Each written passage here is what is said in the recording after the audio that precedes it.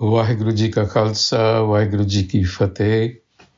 Welcome to this segment of Code Gurbani's a-sabad-a-day, the recitation and the reflection continues from Rag Gujri Mahalla Panjwa. These are compositions of two stanzas composed by the fifth Nanak Gur Arjan. The recitation first. Gujri Mahalla Panjwa, Rasana Raam Raam Ravant, Chode Aan Vyavhar Mithya, Paj Sada Bhagavant, Rahao. Naam ek aadhar, Bhagta eet aage tek, Kari kripa gobind diya gur gyan buddha vivek. Karan karan samrath sridhar, saranata ki gahi. Mukt jugat rawal sadhu, nanak har nidlahi.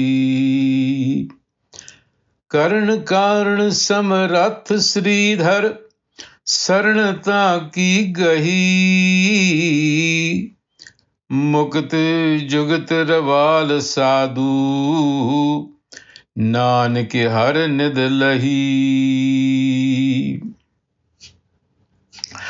The Rahau, the reflection, advocates Raam Raam Ravant, reciting Ram, the all-pervading self. What does it mean to recite? We'll talk about that a little bit. So the tongue is being goaded on to recite. Ravant means to repeat, to flow, to utter. Rasana Raam Raam Ravant, Chod aan Vyavhar. Abandon the distraction of transitory things. Paj Sada Bhagavant, race towards union with the self. So there is something that we have to give up. There is something that we have to recognize, and it is done through the tongue. Rasana, which is recitation and repetition. Now let's see how this works. We generally today, in today's world, we have a bias against recitation or repeated vocalization of a mantra or a set of words.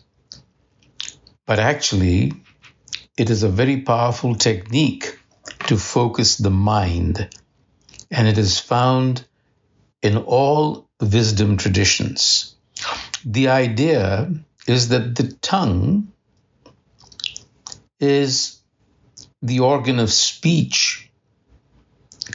Words have power, they have potency to create and to destroy. So it is a way to clarify, it is a way to still the mind. Because a mind that is not stable cannot begin to get past the transitory nature of things. So here, the hint is that we have to get past, we have to see the reality that is behind things that are passing. You need passing things in order to see the eternal. You need that contrast. And you need to still the mind. And for that, the tongue is the starting point, rasana. So the speech has many possibilities. And yes, it starts with the tongue, even though it represents what is going on in your mind. So it's a loop. The Guru has just chosen the tongue because that is the one that articulates everything. So what you articulate is an indication of what's in your head. So the Guru prepares us to use the tongue for starters, to repeat the name, so to speak. The name is an attribute, like all-powerful, all-encompassing. These are attributes. And the mind, when it repeats something over and over again, gets fixated on that thing. Its distractions begin to recede because it becomes fixated on that one thing. And so this is the technique that is used in spiritual practice. And Sikhs, for example, recite the Guru Granth with the tongue, just part of the practice. So the first verse after the Rahau, after he has cautioned us as to what we have to do, Naam ek aadhar pakta eet aage tek, kar kirpa gobind diya gur gyan buddh vivek. Naam, self-knowledge. It means the name, that which cannot be named. And the name should not be mistaken for proper names that we have. It is an empty signifier for everything that can be named. And it refers to perfect attributes. So Naam ek aadhar, support. Make that your support. And Bhakta eet aage tek. The Bhagats, who are divine lovers, what do?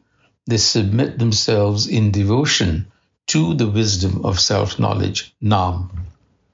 It is the only support we have. And the Master, in its benevolence, Gobind Kar Kirpa, then bestows the gift of reason, Buddha Vivek, discrimination, through the conduit of Gur wisdom, Diya Gur Gyan. So the world is seen as transient in itself, but the Guru is saying it is grounded in a reality called Naam. As I said, literally meaning the name. But the name is simply a symbolic signifier, an empty signifier, if you will, to represent the perfect and infinite attributes of the Creator, because you can't possibly name them all. So in other words, passing things disclose enduring meanings. Naam is the real causer of all causes. We are simply the apparent cause. Karan Karan Samrat Sridhar Saranata ki gahi Mukat Jugat Raval Sadhu Nanak Har Nid Lahi. So find shelter in that one who is all-powerful, the causer of all causes, and the sustainer who heeds our prayer. Sridhar is that who heeds our prayer. And Nanak says that Nanak found the treasure of self-knowledge. Nanak har nid lahi. How did he do that? By subordinating himself to the sadhu, the perfected being. Here it is a reference to the Guru, who taught him the method for liberation, Mukat Jugat. So we need to understand that the world that is transitory, that is passing, is actually grounded in a reality that is eternal and unchanging and perfect. So we need a transitory world to be able to appreciate that which is eternal.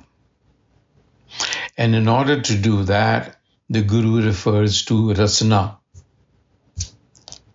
Raam Raam Ravant, is to articulate, to speak of, to dwell eventually on the qualities of Ram. Vaheguru Ji ka Khalsa, Vaheguru Ji ki Fateh.